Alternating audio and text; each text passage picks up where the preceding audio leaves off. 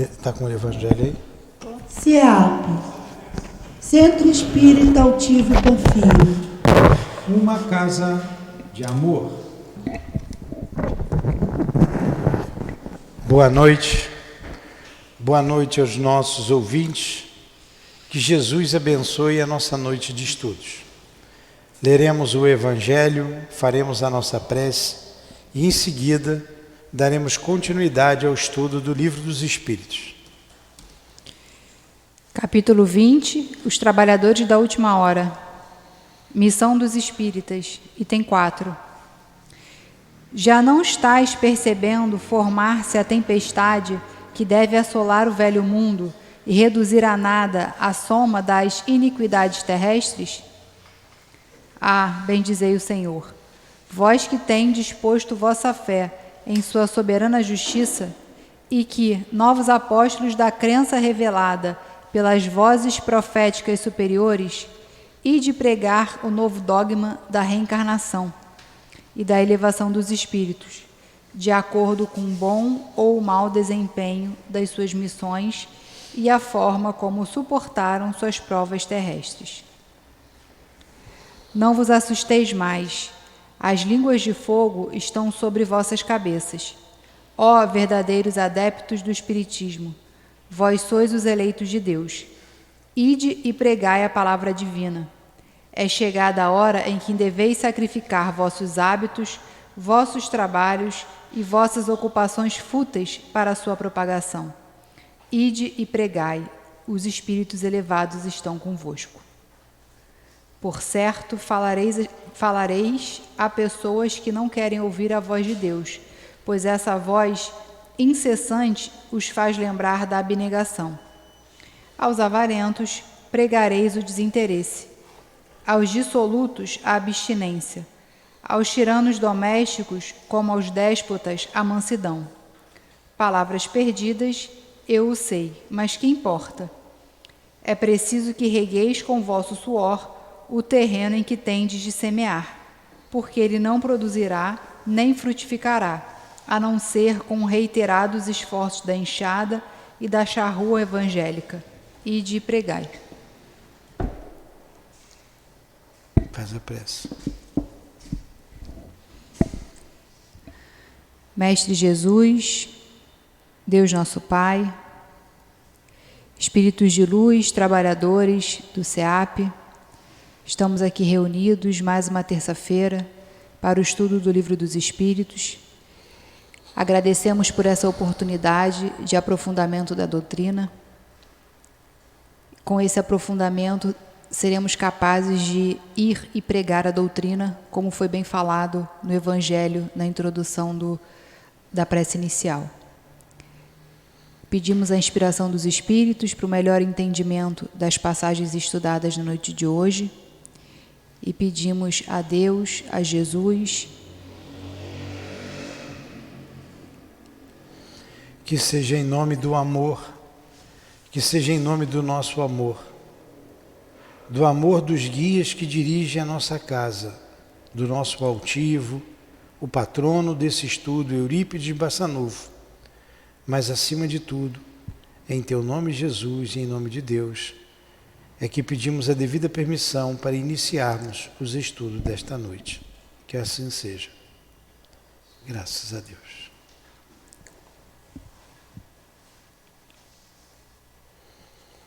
Então vamos lá, que o nosso Kardec nos inspira também, né?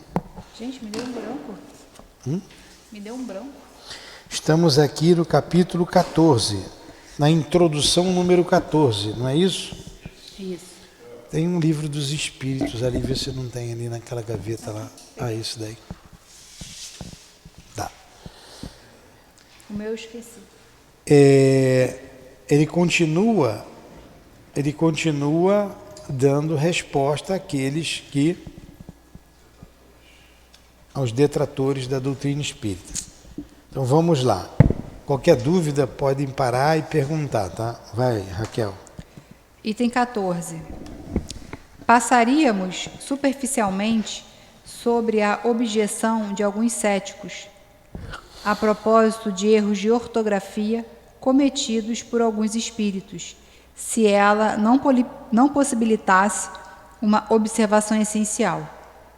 A ortografia deles, é preciso dizê-lo, nem sempre é irrepreensível, mas é preciso estar muito carente de razões para fazer disso o objeto de uma crítica séria, dizendo que, já que os espíritos sabem tudo, devem saber ortografia. Poderíamos opor-lhes os numerosos pecados deste gênero cometidos por mais de um sábio da terra, o que nada lhes tira de seu mérito. Porém, há neste fato uma questão mais grave. Para os espíritos, e principalmente para os espíritos superiores, a ideia é tudo, a forma é nada. Livres da matéria, a linguagem que utilizam entre si é rápida como o pensamento, visto que o próprio pensamento é que se comunica sem intermediário.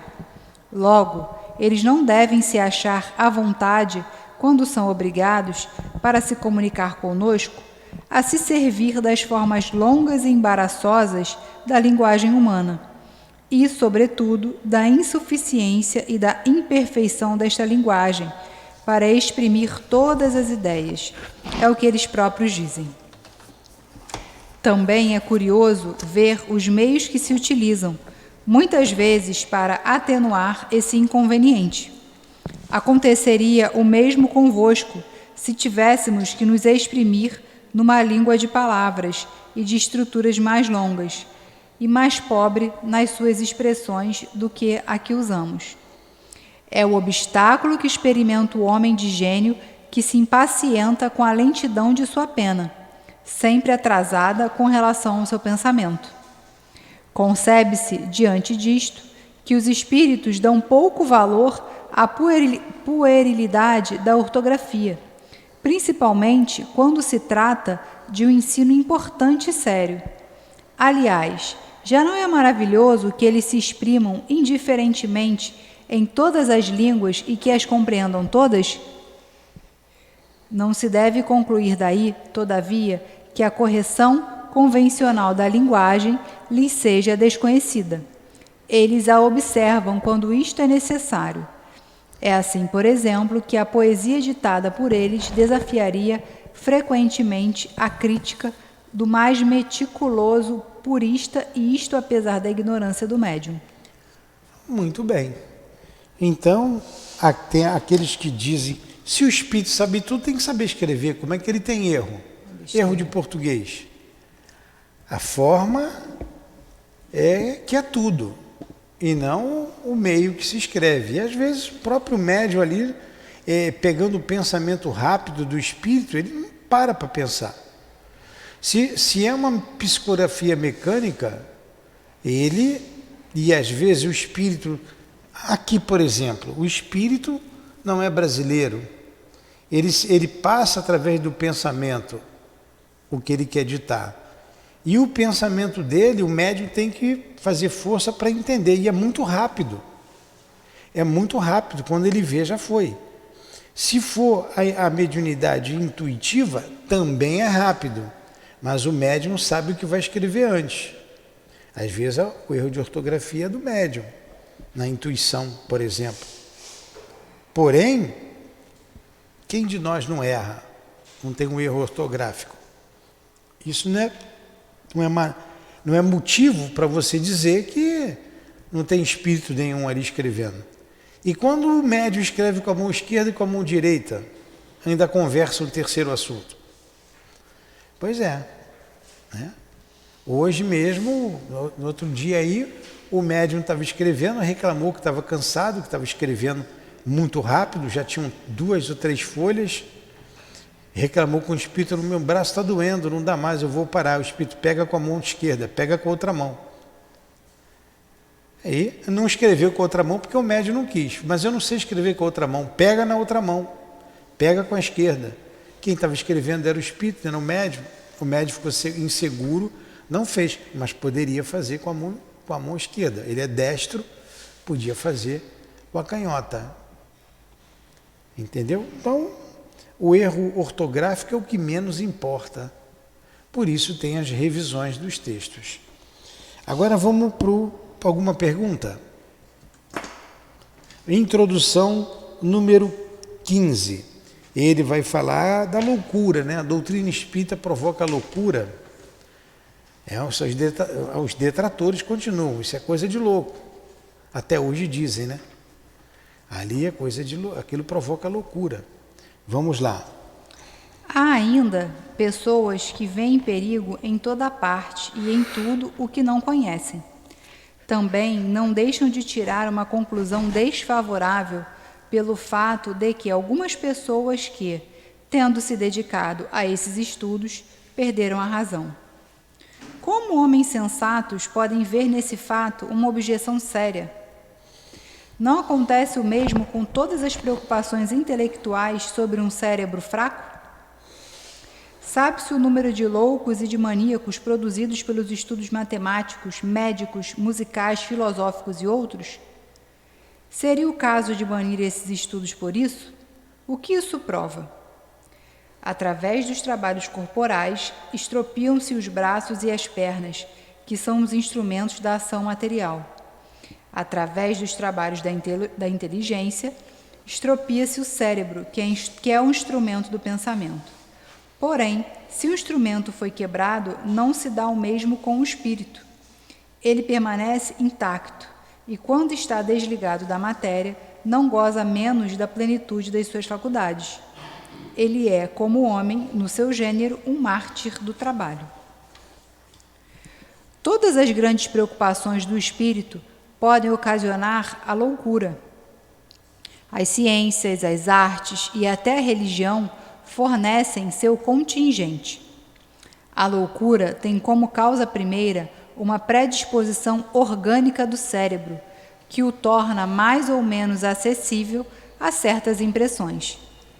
Havendo uma predisposição à loucura, esta tomará o caráter da preocupação principal, que se torna então uma ideia fixa. Essa ideia fixa poderá ser a dos espíritos, naquele que com ele se ocupou, como poderá ser a de Deus, dos anjos, do diabo, da fortuna, do poder, de uma arte, de uma ciência, da maternidade, de um sistema político ou social. É provável que o louco religioso se tivesse tornado um louco espírita, caso o espiritismo tivesse sido sua preocupação dominante, como o louco espírita poderia tê-lo sido sob uma outra forma, conforme as circunstâncias. Digo, portanto, que o espiritismo não tem privilégio algum a esse respeito, e vou mais longe. Digo que, bem compreendido, é um preservativo contra a loucura. Ficou bem claro? Ele vai continuar. Se você tem uma predisposição à loucura, qualquer ciência pode te levar à loucura. E quantos chegam aqui loucos e são curados da loucura, quando ela é mediúnica? O espiritismo, então, é um remédio para aquela loucura que o médico material, o médico, não está conseguindo resolver com os remédios psiquiátricos que ele receita. Tudo bem? Pergunta? Question? No question? A gente tem que ler mesmo essas introduções, não tem jeito. Vamos lá, continua. Dentre as causas mais numerosas de sobreexcitação cerebral, é preciso incluir as decepções, os infortúnios, as afeições contrariadas, que são, ao mesmo tempo, as causas mais frequentes de suicídio. Ora, o verdadeiro espírita vê as coisas deste mundo de um ponto de vista bem elevado. Elas lhe parecem tão pequenas, tão mesquinhas diante do futuro que o aguarda. A vida é para ele tão curta, tão fugidia, que as tribulações não são, aos seus olhos, senão os incidentes desagradáveis de uma viagem. O que num outro produziria uma violenta emoção, pouco o afeta. Sabe, aliás, que as amarguras da vida são provas que servem para o seu adiantamento. Se ele as suporta sem reclamar, porque será recompensado conforme a coragem com que as tiver suportado. Suas convicções lhe dão, portanto, uma resignação que o preserva do desespero, e, por conseguinte, de uma causa contínua de loucura e de suicídio. Ele sabe, além disso, através do espetáculo que lhe proporcionam as comunicações com os espíritos, a sorte daqueles que, voluntariamente, abreviam seus dias, e o quadro é bem próprio a fazê-lo refletir. Também é considerável o número daqueles que se detiveram à beira deste declive funesto. Aí está um dos resultados do Espiritismo, que os incrédulos riam dele o quanto queiram. Desejo-lhes as consolações que ele proporciona a todos aqueles que se deram ao trabalho de sondar-lhe as misteriosas profundezas. Quantas pessoas deixaram de se suicidar por causa do conhecimento espírita? Quantas? Você que assistiu o filme de Kardec aí 2 vezes, como é que foi aquele caso que ele deixou o livro lá e a pessoa leu e não se suicidou? Não passou no filme? Não. Ele teve um que se suicidou e depois fez a comunicação, que foi Sim. o tal do general, General, que não ele lembro? chamava. E teve um outro que não se suicidou.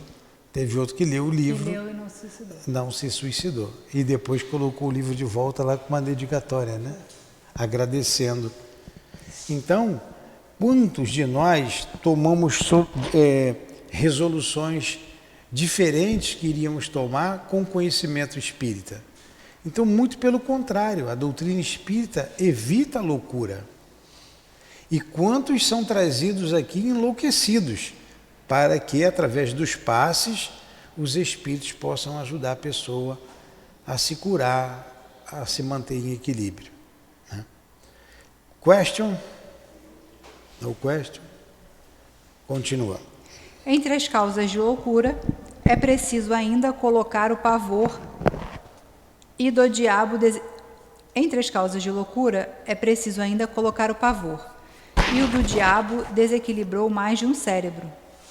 Sabe-se o número de vítimas que foram feitas, abalando-se mentalidades fracas com esse quadro, que se esforçam... Sabe-se o número de vítimas que foram feitas, abalando-se mentalidades fracas com esse quadro, que se esforçam para tornar mais apavorante através de horrendos detalhes? O diabo, dizem, só assusta as criancinhas. É um freio para torná-las bem comportadas. Sim, como o bicho-papão e o lobisomem. E quando não tem mais medo deles, ficam piores do que antes. E, para atingir esse belo resultado, não se leva em conta o número de epilepsias causadas pelo abalo de um cérebro delicado. A religião seria bem frágil se, por falta de temor, seu poder pudesse estar comprometido. Felizmente não é assim. Ela tem outros meios de agir sobre as almas. O Espiritismo fornece-lhe meios mais eficazes e mais sérios. Se ela souber utilizá-los em seu proveito, ele mostra a realidade das coisas e neutraliza, deste modo, os efeitos funestos de um temor exagerado. Ficou bem claro? Perguntas? Está bem elucidativo, né? Introdução número 16.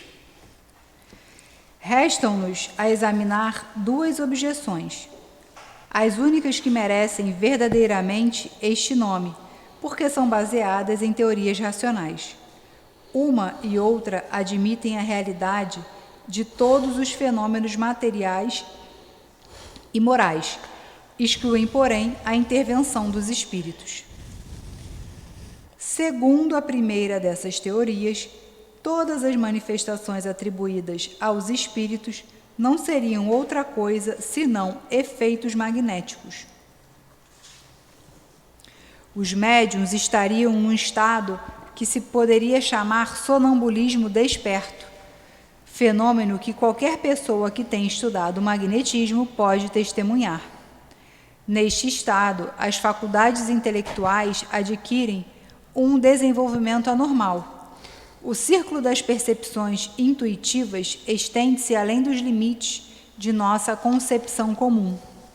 A partir daí, o médium tiraria de si mesmo e, por efeito de sua lucidez, tudo o que diz e todas as noções que transmite, mesmo sobre as coisas que lhe são as mais estranhas no seu estado habitual. É uma teoria.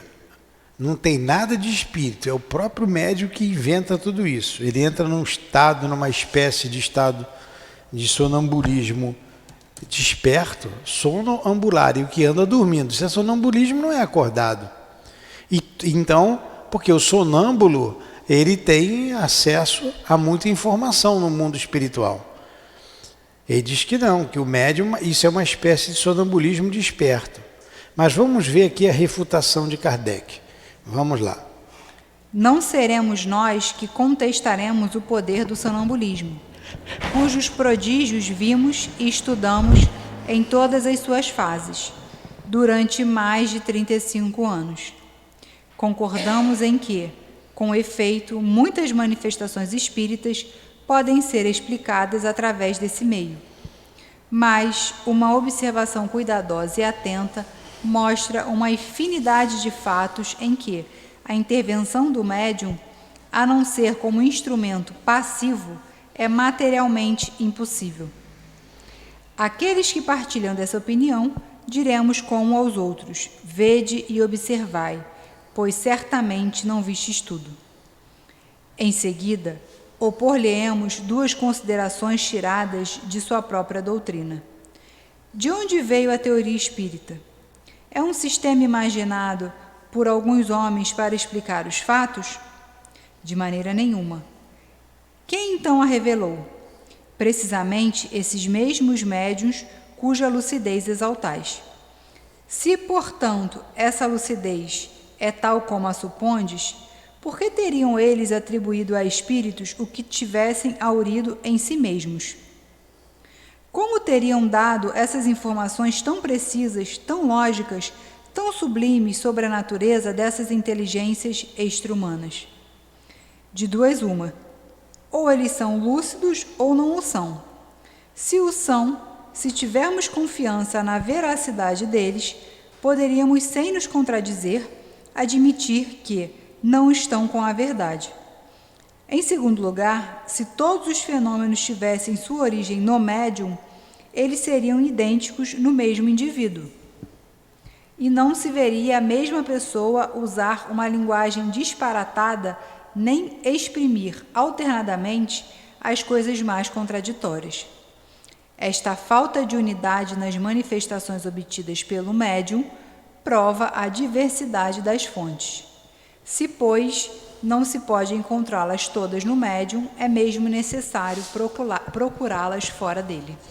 O sonambulismo é uma realidade, como ele disse aqui.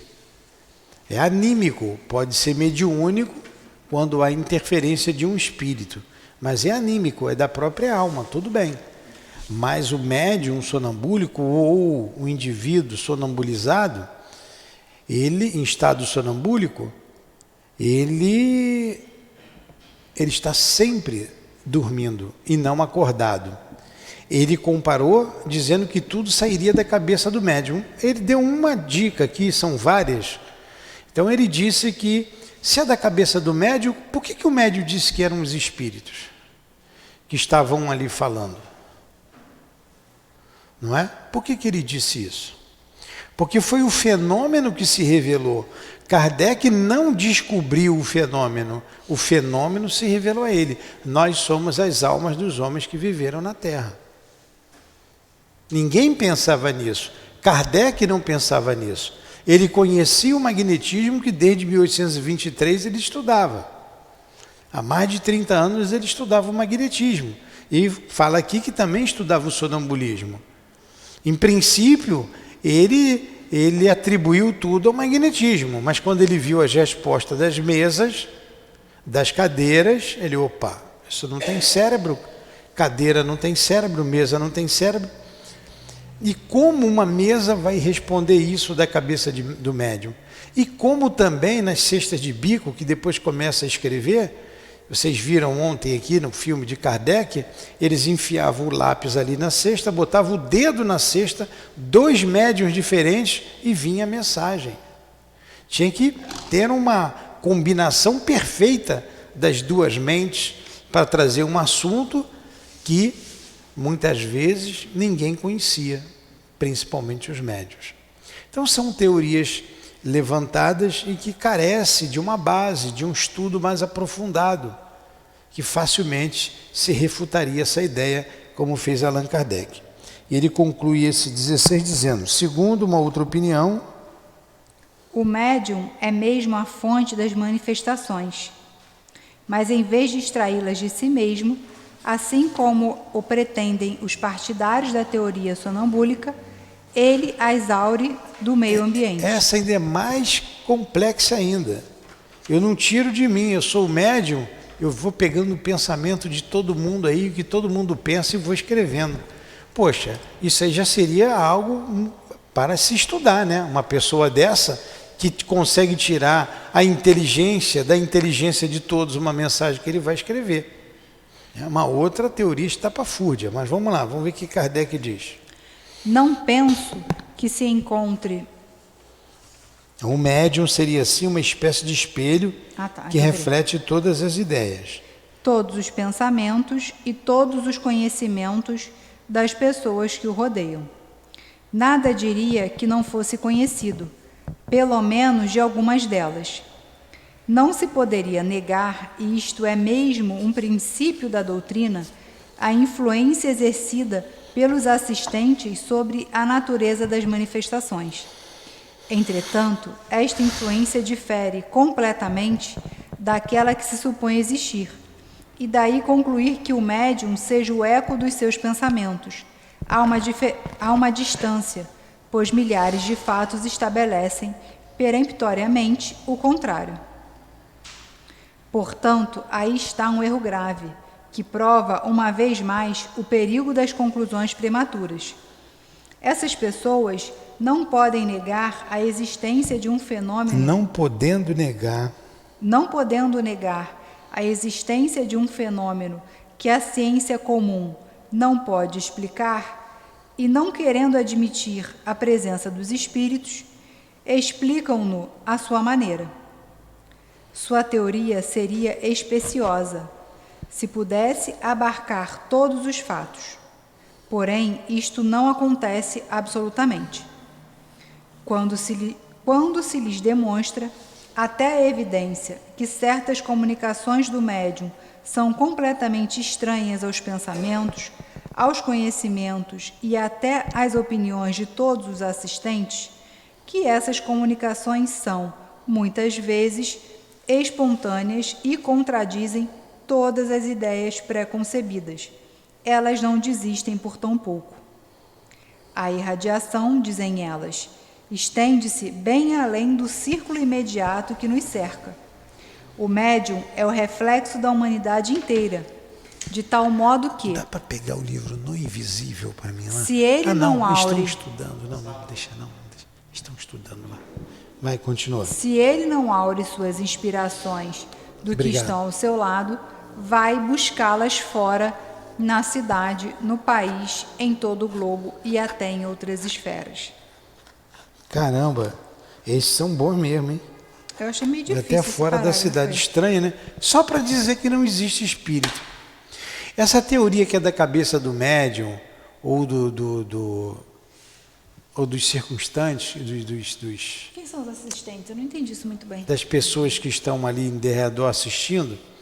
Leon Denis narra, eu já falei aqui na outra aula, outro dia aí, eu ia pedir para ele pegar o livro No Invisível, mas eles estão estudando lá, vai atrapalhar o estudo deles.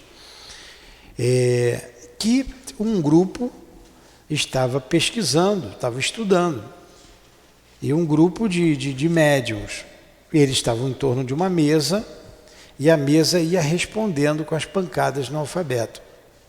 E eles pediram que se definisse algumas palavras com 12 palavras. E a mesa ia definido. Fé. Aí a mesa ia lá, fé, o sentimento, tal. E num determinado momento da palavra, eles seguraram a mesa e tentaram terminar a palavra, a definição. Faltavam apenas 3 palavras para definir o que era fé. E eles seguraram. Tentaram escrever, tentaram completar a frase e não conseguiram. Já falei isso para vocês? Aí soltou a mesa. E a mesa foi e escreveu. E a razão explica, eu só lembro do final, e a razão explica. Isso prova que não estava na cabeça de nenhum deles, nem na cabeça de ninguém que estivesse ali em torno, ou alhures, não estava. Então, várias experiências e o estudo sério e aprofundado vai mostrar que essa teoria é falsa. Essa teoria é falsa. Continue, Raquel. Não penso que se encontre nesta teoria uma explicação mais simples e mais provável que a do Espiritismo, pois ela supõe uma causa bem mais maravilhosa. A ideia de que seres que povoam os espaços e, estando em contato permanente conosco, comunicam-nos seus pensamentos, nada tem que choque mais a razão do que a suposição dessa irradiação universal, vindo de todos os pontos do universo, concentrar-se no cérebro de um indivíduo. Esse indivíduo, então, era um todo-poderoso, né? Ainda uma vez, e aí está um ponto capital, sobre o qual não é demais insistir bastante, a teoria sonambúlica, e a que se poderia chamar reflexiva, foram imaginadas por alguns homens. São opiniões individuais, criadas para explicar um fato, enquanto que a doutrina dos espíritos não é, em absoluto, de concepção humana. Ela foi ditada pelas próprias inteligências que se manifestaram, quando ninguém disso cogitava e mesmo a opinião geral a rejeitava. Ora, perguntamos onde os médiuns foram aurir uma doutrina que não existia no pensamento de ninguém na Terra. Perguntamos, além disso, por que, estranha coincidência, milhares de médiuns disseminados por todos os pontos do globo, que nunca se viram, engajaram-se para dizer a mesma coisa. Nem existia o WhatsApp na época, né? Se o primeiro médium que apareceu na França sofreu influência de opiniões já aceitas na América, por que extravagância foi ele beber suas ideias a 2.000 léguas além-mar, junto a um povo estranho, pelos costumes e pela linguagem, em vez de fazê-lo ao seu derredor? entenderam? Então, onde que esses médios foram aurir essa doutrina? Uma coisa muito espetacular. Isso sim é um milagre. Contudo, há uma outra circunstância na qual não se tem pensado bastante. As primeiras manifestações, na França como na América, não se deram através da escrita nem da palavra, mas através de pancadas que correspondiam às letras do alfabeto e formavam palavras e frases. Foi através desse meio que as inteligências se revelaram, declararam ser espíritos. Portanto, caso pudesse supor a intervenção do pensamento dos médiuns nas comunicações verbais ou escritas, não poderia ser assim com as pancadas, cuja significação não podia ser conhecida antecipadamente. Poderíamos citar inúmeros fatos que demonstram, na inteligência que se manifesta, uma individualidade evidente e uma independência absoluta da vontade. Remetemos, pois, os dissidentes a uma observação mais atenta e, se quiserem estudar com afinco, sem prevenção, e não concluir antes de terem visto tudo, reconhecerão a impotência de sua teoria para tudo explicar. Limitar-nos-emos a fazer as seguintes perguntas.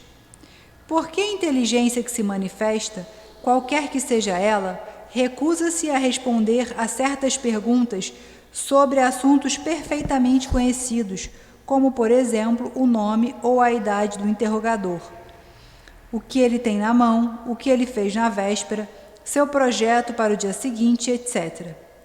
Se o médium fosse o espelho do pensamento dos assistentes, nada lhe seria mais fácil do que responder.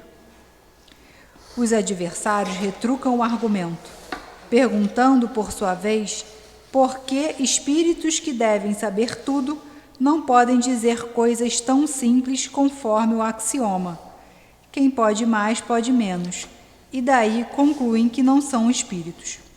Se um ignorante ou um gozador, apresentando-se diante de uma douta assembleia, perguntasse, por exemplo, por que é que é dia em pleno meio-dia, alguém acreditaria que ela se desse ao trabalho de responder seriamente, e seria lógico concluir, pelo seu silêncio ou zombarias, que dirigisse ao questionador que seus membros fossem apenas tolos? Ora, é precisamente porque os espíritos são superiores que não respondem a perguntas fúteis e ridículas, e não querem ser colocados em apuros. É por isso que se calam ou dizem ocupar-se com coisas mais sérias. Finalmente, perguntaremos por que os espíritos vêm e vão frequentemente em dado momento, e por que, passado esse momento, não há preces nem súplicas que possam trazê-los de volta. Se o médium apenas agisse pelo impulso mental dos assistentes, é evidente que, nesta circunstância, o concurso de todas as vontades reunidas deveria estimular sua clarividência.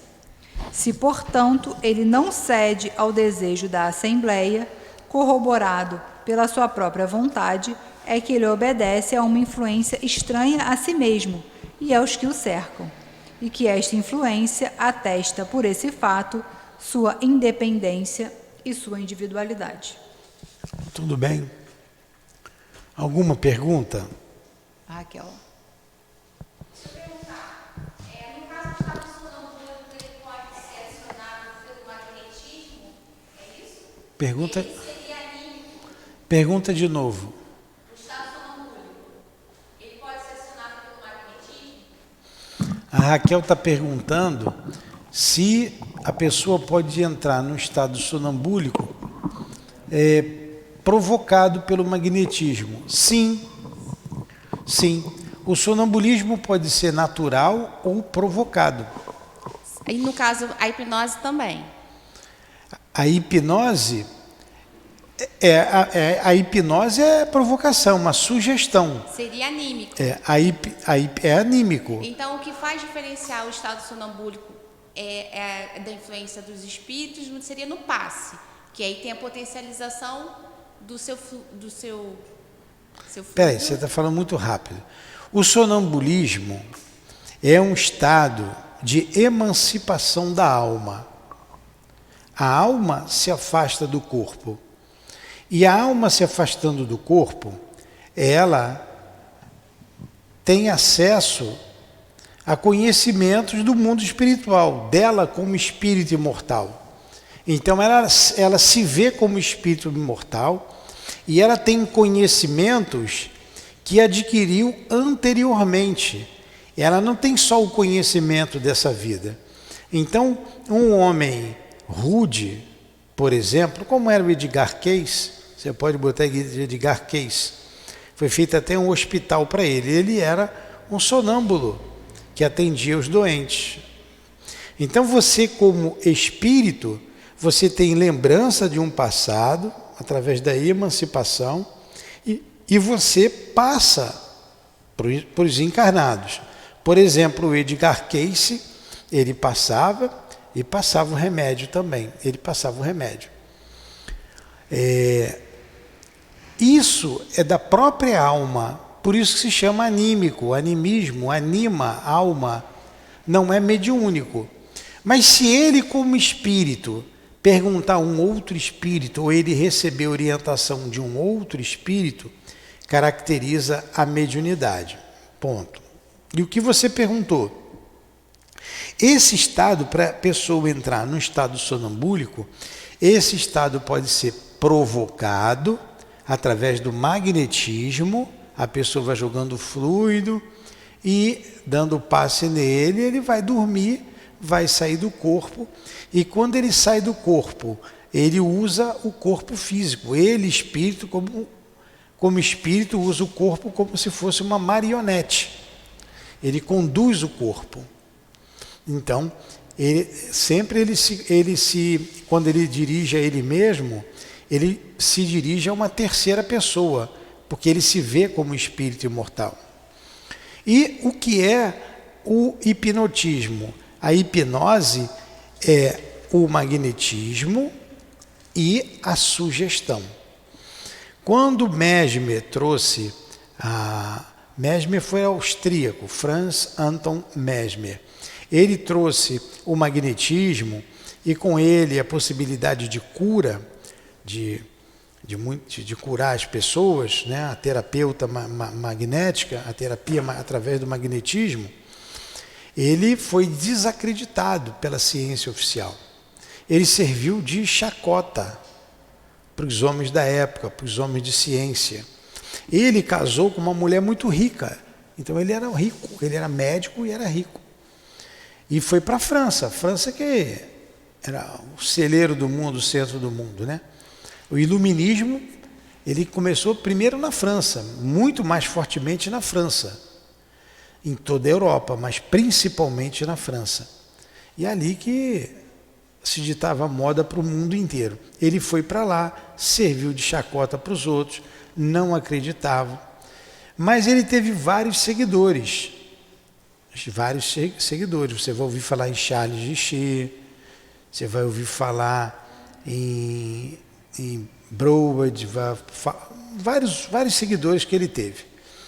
E esses seguidores depois trocaram o nome de magnetismo para hipnotismo. Quando trocou para o hipnotismo, a ciência aceitou, porque tem aí a sugestão.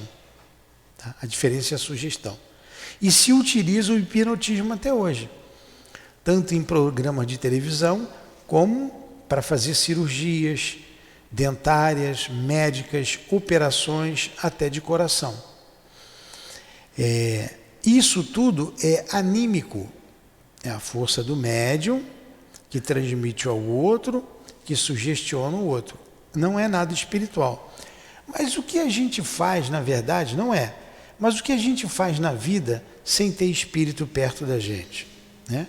Sempre tem espírito em torno de nós.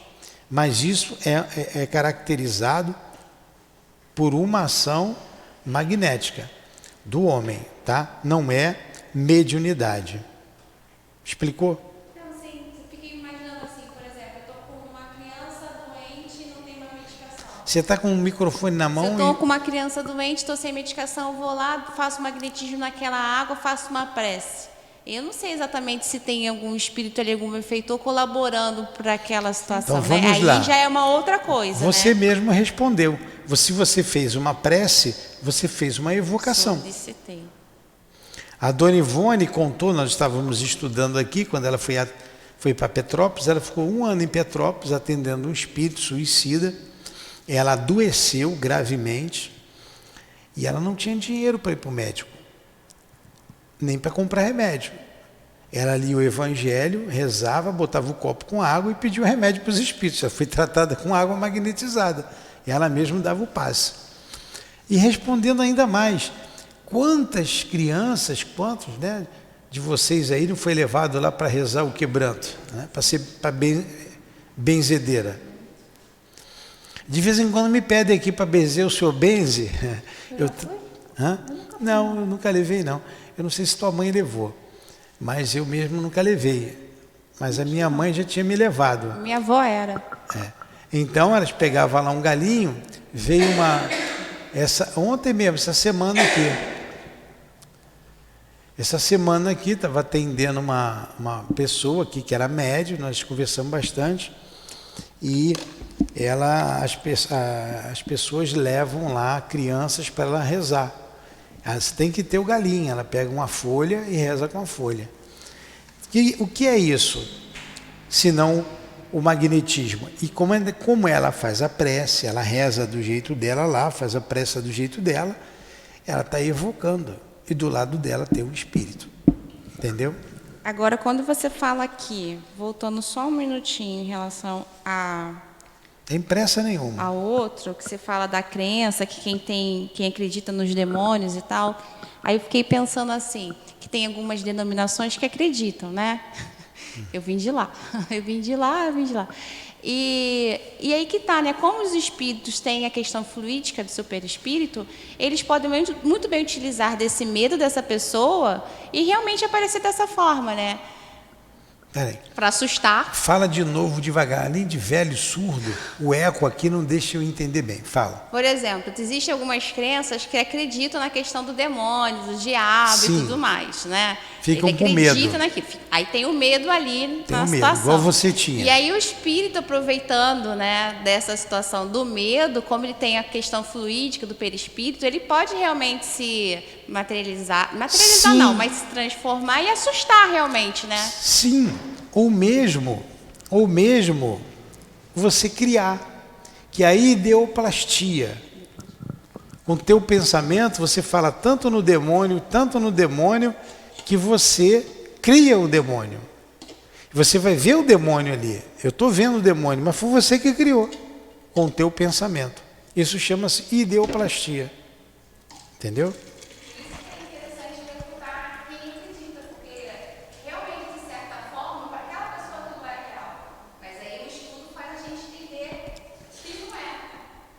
O estudo faz a gente entender, o esclarecimento. Então, por isso, o Espiritismo não provoca loucura.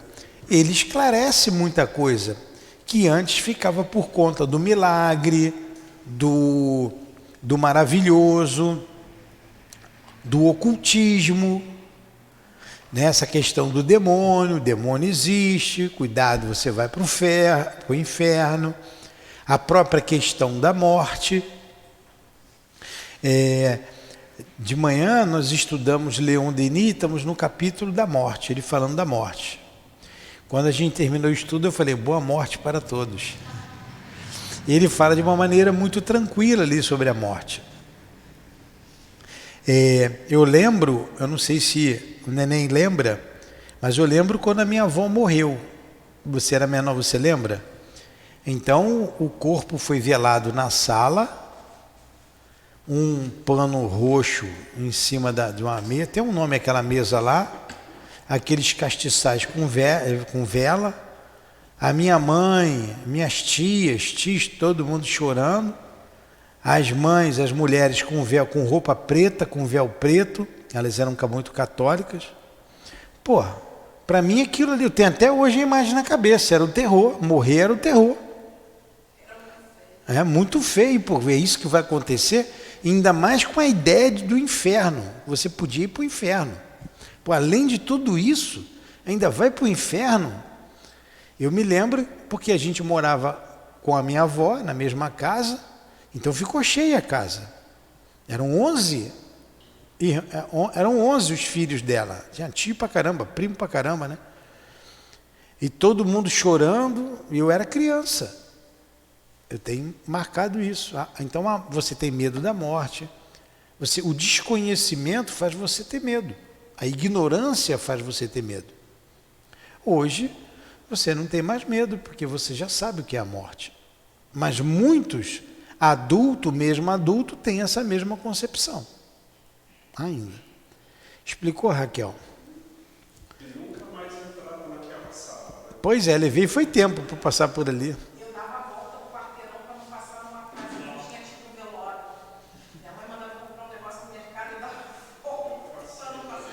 Pois é. Era horrível aqueles velórios dentro de casa. Era. Depois comer naquela mesa, jamais. Pois é. Não, pior que o meu pai fazer de beijar na nossa avó ainda gelada. Hã? Até hoje que beijo gelado. Ela beija sua avó. Ainda mandou beijar aquele beijo gelado, Eu lembro. Aquele rosto pálido, gelado e ter que beijar. Pô, era bravo. Agora eu conheço alguém que tinha um medo do boi, aí não podia ver o boi. Voltou. Morava lá no mato, em Nova Iguaçu, era criança. Aí tinha que comprar o leite lá embaixo. Meu pai mandou ele comprar o leite. Daqui a pouco vem ele. Cadê o leite, neném? O boi está me olhando para mim. O boi quer me pegar. Mas vamos lá, vamos continuar aqui. É o último, né? Vamos pegar 17? Vamos deixar para semana que vem? Ah, não, é o último, que a gente já começa. A gente não vai começar essas perguntas. Mata logo. Vocês querem ler o 17? Então vamos lá. Depois já vai para a introdução. O ceticismo no tocante à doutrina espírita. O ceticismo no tocante à doutrina espírita. Todos sabem o que é ceticismo, né? Descrença. Quando não é o resultado de uma oposição sistemática interessada, quase sempre tem sua origem num conhecimento incompleto dos fatos, o que não impede certas pessoas de resolver a questão como se a conhecessem perfeitamente. Pode-se ter muita inteligência, até instrução, e carecer-se de bom senso. Ora, o primeiro indício de falta de bom senso é acreditar que o seu é infalível. Muitas pessoas também veem nas manifestações espíritas apenas um objeto de curiosidade. Esperamos que, pela leitura deste livro, elas encontrem nesses fenômenos estranhos algo a mais do que um simples passatempo. A ciência espírita compreende duas partes, uma experimental, sobre as manifestações em geral, a outra filosófica, sobre as manifestações inteligentes. Quem quer que apenas tenha observado a primeira está na posição daquele que só conhecesse a física pelas experiências recreativas, sem ter penetrado no âmago da ciência. A verdadeira doutrina espírita encontra-se no ensino dado pelos espíritos, e os conhecimentos que este ensino comporta são graves demais para serem adquiridos de outra forma, que não por um estudo sério e contínuo, feito no silêncio e no recolhimento, pois apenas nessa condição pode-se observar o número infinito de fatos e de particularidades que escapam ao observador superficial e permitem firmar uma opinião. Tendo este livro como resultado apenas o de mostrar o lado sério da questão e provocar estudos nesse sentido, já seria muito, e felicitar-nos-íamos por ter sido escolhido para executar uma obra pela qual, aliás, não pretendemos ter nenhum mérito pessoal, já que os princípios que ela encerra não são criação nossa. O mérito cabe inteiramente, portanto, aos espíritos que a ditaram. Esperamos que, de um outro resultado, o de guiar os homens desejosos de esclarecimento, mostrando-lhes nestes estudos um grande e sublime objetivo, o do progresso individual e social, e o de indicar-lhes o caminho a seguir para atingi-lo. Então, olha aí, ele espera que dê um outro resultado. A gente vê a humildade de Kardec. Esse trabalho não é dele, né? Os princípios que ali se encerram não é dele, pertence aos espíritos. Então, e ele diz que deu o resultado do nosso progresso individual e o progresso social. Tudo, quando ele sempre coloca, pela terceira vez ele coloca aqui nessa introdução, o que caracteriza um estudo sério, né? É a continuidade que se lhe dá. Ele tem que ser contínuo. A gente tem que estudar sempre. Alguma pergunta até aí? Então você tem um lado experimental e o lado filosófico da doutrina. Aqui não tinha ainda o livro O Evangelho segundo o Espiritismo. Depois do Evangelho, a doutrina espírita também teve o caráter religioso. Ele não tinha essa ideia de formar uma religião. Para ele, aqui, a doutrina espírita era uma ciência e uma filosofia. Então, essa ciência vem pelo lado experimental, através da mediunidade, e a filosofia nas respostas que os espíritos nos dão. Terminemos por uma última consideração. Astrônomos, sondando os espaços, encontraram na distribuição dos corpos celestes lacunas não justificadas e em desacordo com as leis do conjunto. Suspeitaram que essas lacunas deviam ser preenchidas por globos que tivessem escapado ao seu exame. De outro lado, observaram certos efeitos cuja causa lhes era desconhecida e disseram: ali deve haver um mundo, pois esta lacuna não pode existir, e estes efeitos devem ter uma causa. Então, julgando a causa pelo efeito, puderam calcular seus elementos, e mais tarde os fatos vieram legitimar suas previsões. Apliquemos este raciocínio a uma outra ordem de ideias. Se observa a série dos seres, julga-se que eles formam uma corrente sem solução de continuidade, desde a matéria bruta até o homem mais inteligente. Porém, entre o homem e Deus, que é o alfa e o ômega de todas as coisas, que lacuna imensa! Será racional pensar que nele terminem os elos dessa corrente? Que ele transponha sem transição a distância que o separa do infinito? A razão nos diz que, entre o homem e Deus, deve haver outros degraus, como ela disse aos astrônomos que, entre os mundos conhecidos, devia haver mundos desconhecidos. Que filosofia preencheu esta lacuna?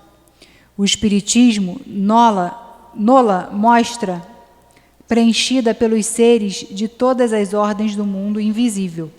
E estes seres são apenas os espíritos dos homens, que chegaram aos diferentes degraus que conduzem à perfeição. Então tudo se liga, tudo se encadeia, desde o alfa até o ômega. Vós que negais a existência dos espíritos, preenchei, portanto, o vazio que eles ocupam. E vós, que deles rides, ousai, pois, rir das obras de Deus e da sua onipotência. Allan Kardec. Bonita a conclusão dele, né? Muito boa. Alguma pergunta? Hein? Eu sei que foi um pouco maçante a gente ler, mas tem que ler essa introdução toda. Semana que vem a gente vai para o prolegômeno e, se der, vamos para as perguntas. Vamos terminar com a prece, então, de agradecimento. Vai, Raquel.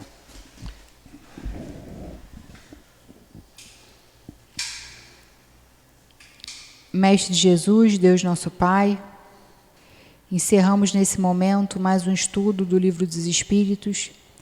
Agradecemos a oportunidade de estarmos aqui reunidos em seu nome estudando, que saiamos daqui com os nossos corações mais fortalecidos, com um entendimento maior da doutrina espírita e ávidos por aplicar todos os ensinamentos que adquirimos ao longo dessa noite. Pedimos a permissão a Deus, a Jesus e a todos os espíritos que estiveram conosco nessa aula, para darmos por encerrado mais um estudo do Livro dos Espíritos da noite de hoje. Em nome de Deus, em nome do amor, encerramos esse estudo de terça-feira. Que assim seja, graças a Deus.